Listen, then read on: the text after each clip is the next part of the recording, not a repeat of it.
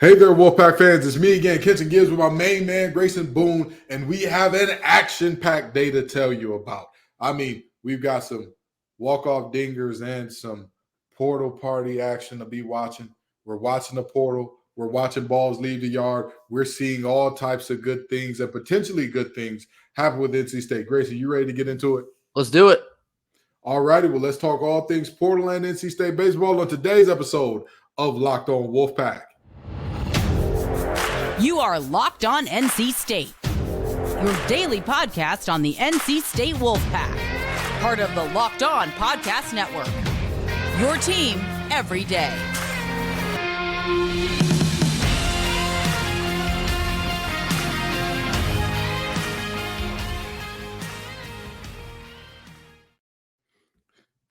All right. Welcome back in, everybody. Thank you again for tuning in to another episode of Locked On Wolfpack. As always, on your way in the door, toss us a like here on YouTube, mash that subscribe button, and feel free to fill the comment section with your thoughts as we work through this episode.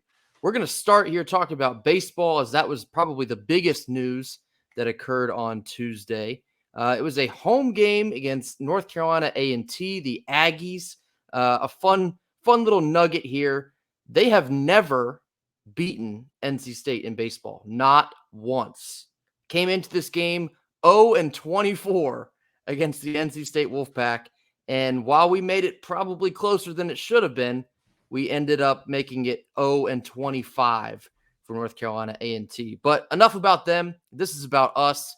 I do want to also start by pointing out, if you are paying attention to 1,000 NC State win watch for Coach Elliott Avent, with this victory, he is now 9 away. He just hit 991 with this victory on Tuesday afternoon. So that's a big deal. We still have, obviously, more than 9 games left in the regular season, and we need every single win we can try and get here as we're barreling toward ACC tournament play here at the end of this month of May. But Kenton, this is a weird win. We've had quite a few of these in the midweek.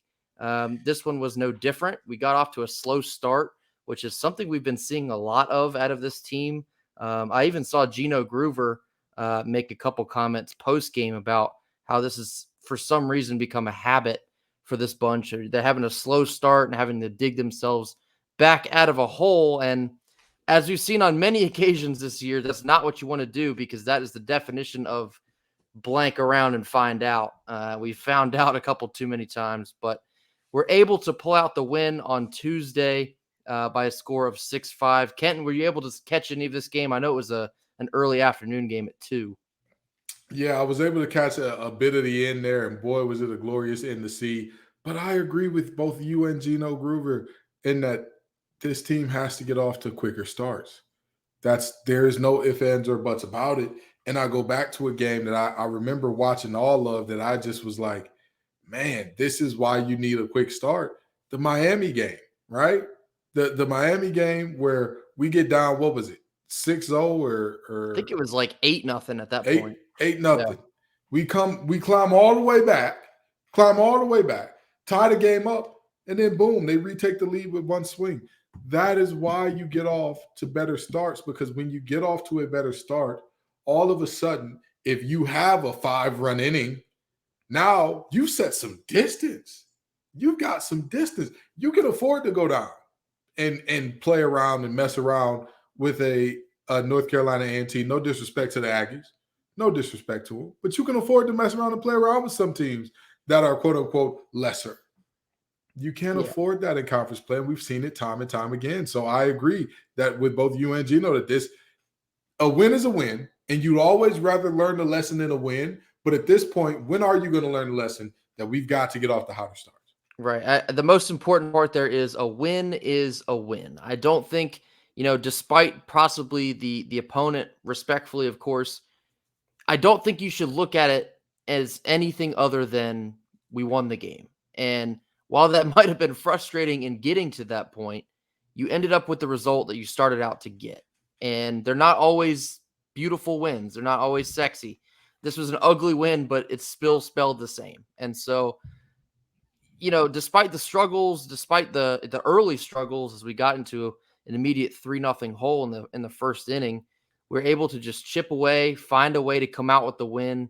And that's what we were able to do. Despite the opponent, despite the midweek, despite where we are at this point in the season, we were able to get it done. But breaking down the game itself, as I just mentioned, we got into an early 3-0 deficit with Baker Nelson on the mound. A&T was able to take advantage of a couple, bad pitches. I know there was a batter from the Aggies that got smoked in the face with a fastball. That was a little bit of a scary moment, but they were able to capitalize. They took 3 runs off of us in the first inning, and they did their very best to run away and hide with the lead, but we were able to slowly chip away. We had a solo home run from Noah Souls. We had a solo home run from Trevor Candelaria to inch back in, make it a 3-2 ball game. Carson Kelly then took over on the mound. He impressed, these past couple games out of the bullpen, out of kind of a slower start to the season for him. And he looked great as much as he could have gone in this game. He did a great job. I think he had a career high in innings and strikeouts until he unfortunately met a barrel, and it was another 2-run home run for the Aggies to extend their lead. But not to fear, because Trevor Candelaria was here. He added a 2-run another home run, his second of the day, a 2-run home run to make it a 5-4 ball game. And subsequently from there, that is when Gino Groover decided he was going to do the rest. He knocked in Cannon Peebles with a game-tying double later in the game, and then he ended up knocking over the game-winning home run, a walk-off home run in the bottom of the 9th. But I know Gino Groover is going to get the shine here with the game-winning home run, but I want to put the spotlight on Dom Fritton, who came and absolutely saved the day. Because without his performance there in the top of the 9th, I don't know if we would have come out of the win here on Tuesday. Can I quote a former ACC great for a second? In the words of one LaShawn Shady McCoy, crazy work.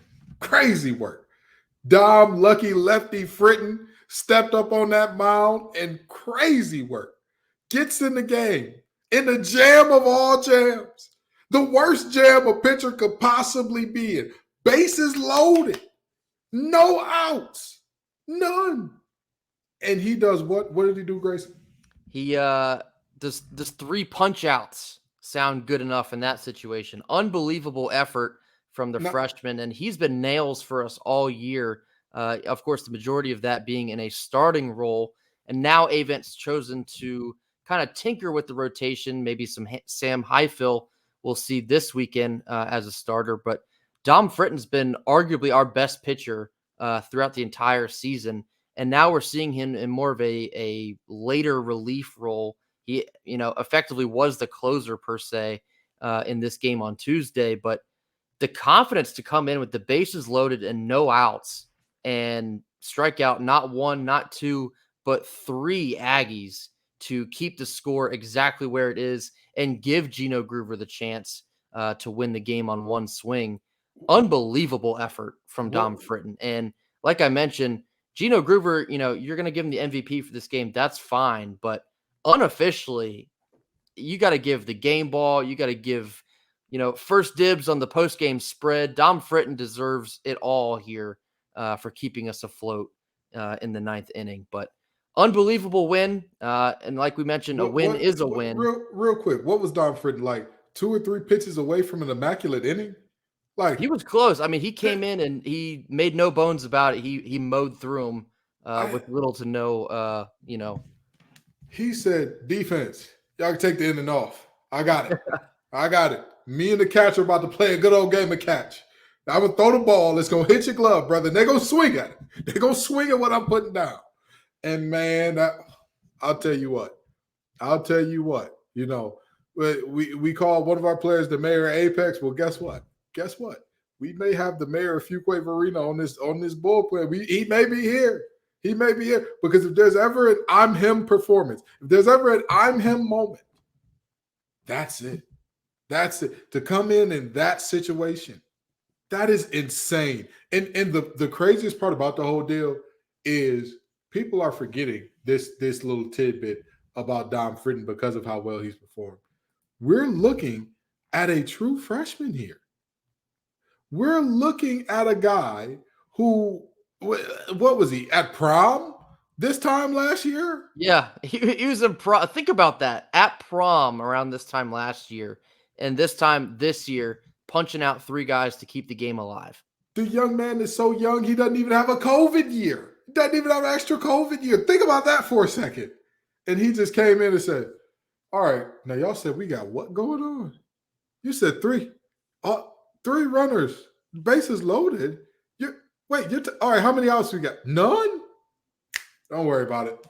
Don't worry about it. Because in that situation, not only are you in a situation where it's like, hey, don't allow a hit. If you allow solid contact, period, they're pushing somebody across the plate. And he comes in and just, hey, nice to see you. Go ahead, head back to the dugout. Hey, you too. Great for you to come to the party. Third guy. You're like the third henchman that's getting beat up. You're like the guy in John Wick that just saw his 2 homies get shot. Now you got to come up too. Don't worry, brother. You know what's coming with you too. You know exactly what's coming. So, this is a really, yes, this game was one that saw the Wolfpack fall back into some of their old traits and habits. But I'll tell you, there were some bright moments in there. Gino being Gino in the clutch. By the way, whenever people call him LeJames, it bothers me to no end. Like, stop it. He's man is officially, unofficially Gino Groover. Exactly. He's Gino. Why are you playing around? Don't play around. Don't play around. The man got 2 G's like it's a Gucci belt. But you get the point. Now, you see that. You see Dom. You see a team that won a game, and that's all you could ask for. Again, was it pretty? No. But every win is like a baby. It doesn't have to be the prettiest baby. It's my baby. It's our baby. And that's what this win was. It was our baby in the dough today. And guess what? That's winning and having that clutch hitting, even in moments where you're playing against inferior teams, even in moments where you're playing against a team that you shouldn't be competing with in some people's eyes. That's how great seasons are built. And speaking of built, if you're looking for a delicious snack but don't want all the sugar and calories, then you need the best tasting protein bar ever. Built, you got to try this. If you're like me and you want to make healthier snack choices, but you don't want to compromise on taste, well, I've got just the thing for you. Built bars and Built Puffs. Trust me, Built bars are healthy and they taste amazing. Seriously, they taste so amazing you won't think that they're good for you, but you got to try them because they're good to you as well. What makes Built so good? Well, they're covered in 100% real dark chocolate. That's right, real chocolate. And they come in some unbelievably great tasting flavors like churro, peanut butter brownie, and cookies and cream. So make sure that you go to Built.com or head to your local Walmart or Sam's Club. They're in stores now, people. Head there while you can and get your specialty flavors while they're still at Built.com or at Sam's Club for a 13-pack or Walmart for a 4-pack.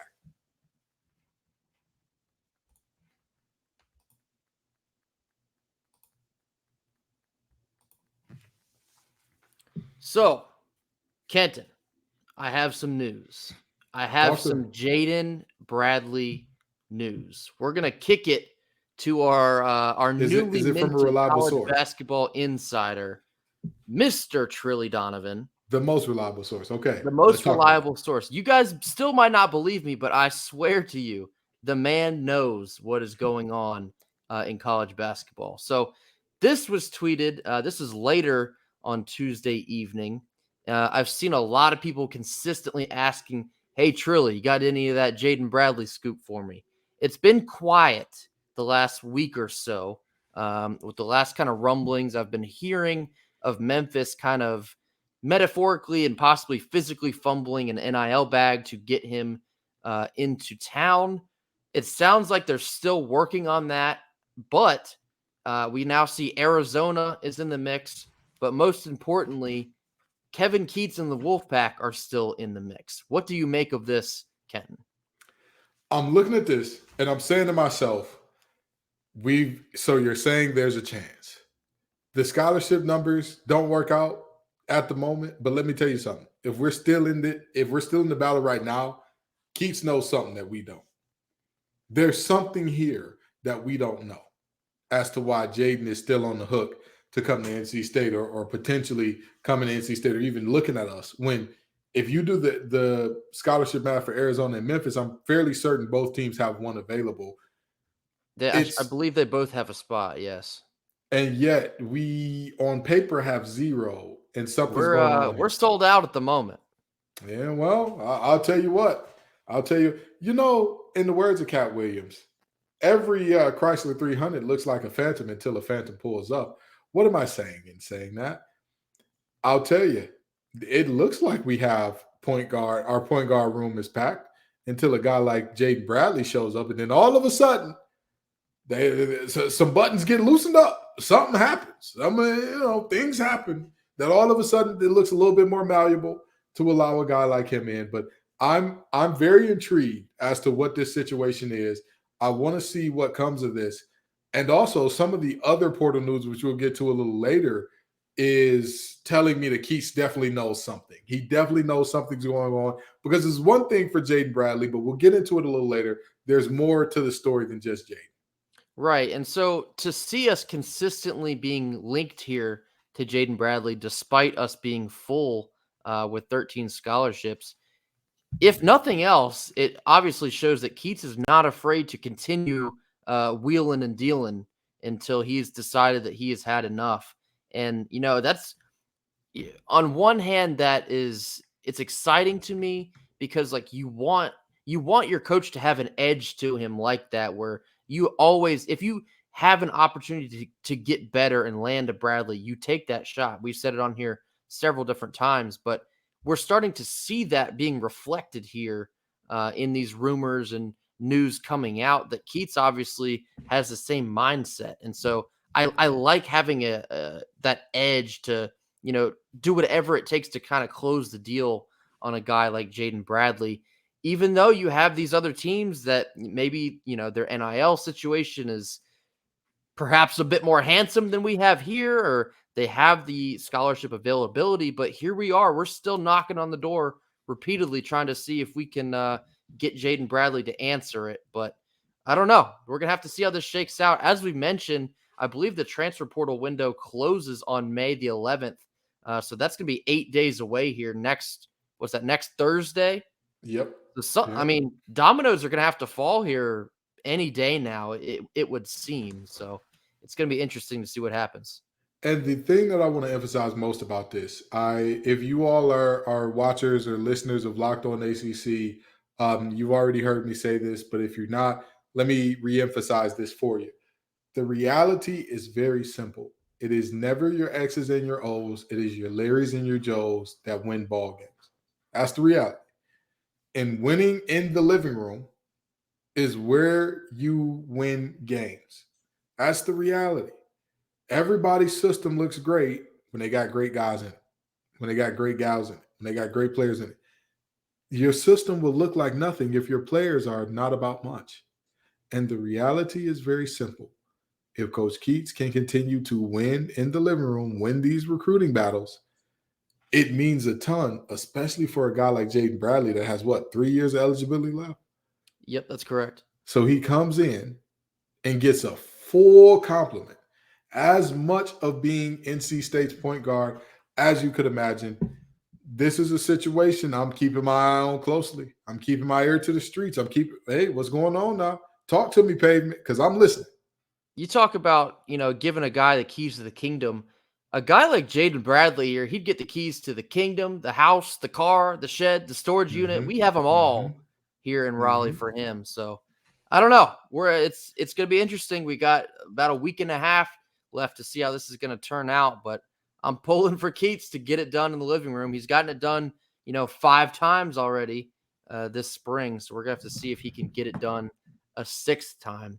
We have one more transfer guy that just kind of appeared. And let me say one more thing before we move past Jaden Bradley here. Of all the guys that we've gotten in the transfer portal so far, how many of them have we heard their passing is their thing? How many of them have we heard he's an elite passer, floor vision, maybe playmaking? I mean, elite passer, probably none of them, I'd say. But the only one I've really heard about, his playmaking ability, assist-wise, is probably DJ Horn. But and that is why, like you said, he's got the key to the house, the car, the boat, the castle, Yeah. the shed in the back, the beach house. We need He's a got guy the to key. drive this thing.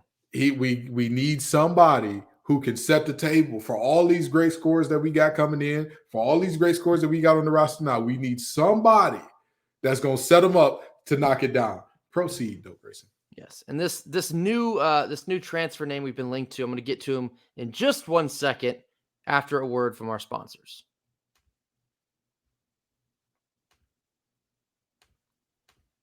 So, as I was saying, there's another guy in the portal that I saw us linked to on Tuesday morning, and this kind of continues our Jaden Bradley conversation here, as it's a bit interesting because it would appear that we're going all hands on deck to try and land a Jaden Bradley, but then here we are linked to Mr. Shamari Allen from University of Missouri, Kansas City. He is a guard, another guard, not necessarily a point guard, but I believe he's a bit of a combo guard type, a scoring guard, if you will. Shamari is originally from North Carolina. As you can see, a recurring theme in Keats has been trying to bring guys home, it seems, from other programs as they've gotten out of the state. But as I was saying, to link this back to the Jaden Bradley conversation, this feels like Keats is looking for, I guess, a plan B if he cannot land Jaden Bradley. And that's continually interesting because, as I was just saying about a coach having an edge to try and improve wherever you can, I guess I'm going to backtrack on what I just said, but I don't know how I feel about pursuing somebody other than Jaden Bradley here. I mean, respectfully to Shamari Allen here, in my own personal opinion, I think at this point of the transfer portal window and who we have currently on the roster, I think you either go all in on Jaden Bradley or you focus in on what you have here. Because making a move for a Shamari Allen, in my opinion, that kind of feels like you're just making a move because you want to make a move. I don't know how much that would truly bring impactful minutes to us here. But what are your thoughts on being linked to another guard here on Tuesday morning? In Keats, we trust. That's fair. As much as I want to say that I know the inner workings and I know who's been performing well and who's been showing up this offseason, who's been getting bigger, stronger, better, and who hasn't necessarily done those things or hasn't been as dedicated or hasn't shown the progression that the team will want to see. As much as I'd love to say that, I cannot in good faith do so. And I've always told the listeners of this show, even back before we even had a theme song and all that good stuff, I've always said, I'll tell you what I know, and I'll tell you when I'm telling you what I think. And in this situation, I don't know much in terms of what is the exact parameters that the other guys are working with to make Keats still be looking right now. But I'll tell you, Coach Keats knows that team a lot more intimately than I do. And if he feels like they need another guard, if he feels like Shamari Allen or Jaden Bradley can be the missing piece, then by all means, play on, play it, figure it out. I mean, yeah, yes, but I don't know. Maybe this is not exactly a well-informed way to be looking at this, but I don't know about taking in a guard from, I guess you can consider UMKC a mid-major. But yeah. The Summit League is mid-major. Mm-hmm. I think I'd just much rather, kind of cultivate a Breon Pass or an LJ Thomas at that point in the game. If we can't land a Jaden Bradley, I think we're better off focusing on what we do have here already. And instead of just, I think a move for Shamari Allen would be a reach. I think that'd be doing too much, as the kids say these days. But and that's fair. And that's fair because Shamari Allen. So if you look at this situation, and again, this is speculation. This is not Grayson or I saying what we know for a fact. If you look at all of the players who would potentially be nudged out of the program, right, shoved out, whatever, however you want to phrase it, the player who would be the one who is stepped over by Shamari, you're looking at guys that are going to be exponentially younger than him, regardless of who it is, right? Even if you say you keep Pass and you keep Thomas, and maybe you look at what is the Ernest Ross leaving, right? Ernest Ross has a lot more time left in the program than he would, right? You said, well, if you keep Ross, then you got to get rid of one of the guards. Both of the guards have a lot more time than he does because he's a senior. So I get it. I get not wanting the 1-year rental thing. We just had a big success, a hit, smash the charts, hit single type of thing with Jarkel Joyner. And I know that, it makes sense to not count on that on a regular basis. I understand that. That's a very valid and that's a sound point of logic to make. I'm just sitting here saying to myself, we don't get paid millions to do this. And if the guy who does is willing to bet on that 1 year of one player versus 2-3 years of another, he knows something. I would hope at least that he knows something. I would hope that we don't. I would hope we see a master class and not a disaster class. That's what I'd hope at least. That's fair. I think I kind of danced around the point I was trying to make, but now I'm going to get in the middle of the circle and boogie. But I think a Jaden Bradley is worth the move. I'm not so sure about a Shamari Allen is worth the move. That's how I see things. Absolutely. Absolutely. Moving forward here. And I'll tell Ken, you, what are your last thoughts here on the portal party, as you like to call it? It is. Well, I got to give Candace Cooper her credit because she is the inventor, the name, that's right, the creator of the portal party. But with that being said, absolutely, shout out to Candace. But with that being said, I'm trusting Keats, but we're not going to sit here and say Keats is infallible and he can't do no wrong. You know what I mean? It's very possible that you're right here. It's very possible that this could be a move for move's sake, that you look back in a year or two, you look back in 3 years and say, man, this guy is playing at place X, Y, and Z and dominating. He's not good. He's great. He gave that program a favor by deciding to come back for his senior year with whoever we lose if we were to get one of these two guys.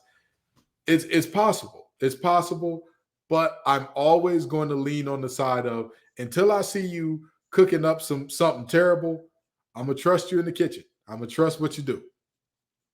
It's been smelling good in there recently, so I hope he's got the right sugar and the right spice going on in there. But that'll do it for today here on Wednesday's show. As always, thank you all for giving us a listen. As I mentioned several times here, on your way out the door, toss us a like, toss us some comments on how you think the Jaden Bradley sweepstakes is going to shake out. Hopefully with NC State on top, but we're going to have to find out here shortly. And also subscribe to us if you haven't already. Make sure you don't miss out on when we are breaking the Jaden Bradley news, hopefully sooner than later. But thank you all again for tuning in for another episode of Locked on Wolfpack. And as always, go Pack. Go Pack. You are Locked on NC State, your daily podcast on the NC State Wolfpack, part of the Locked On Podcast Network, your team every day.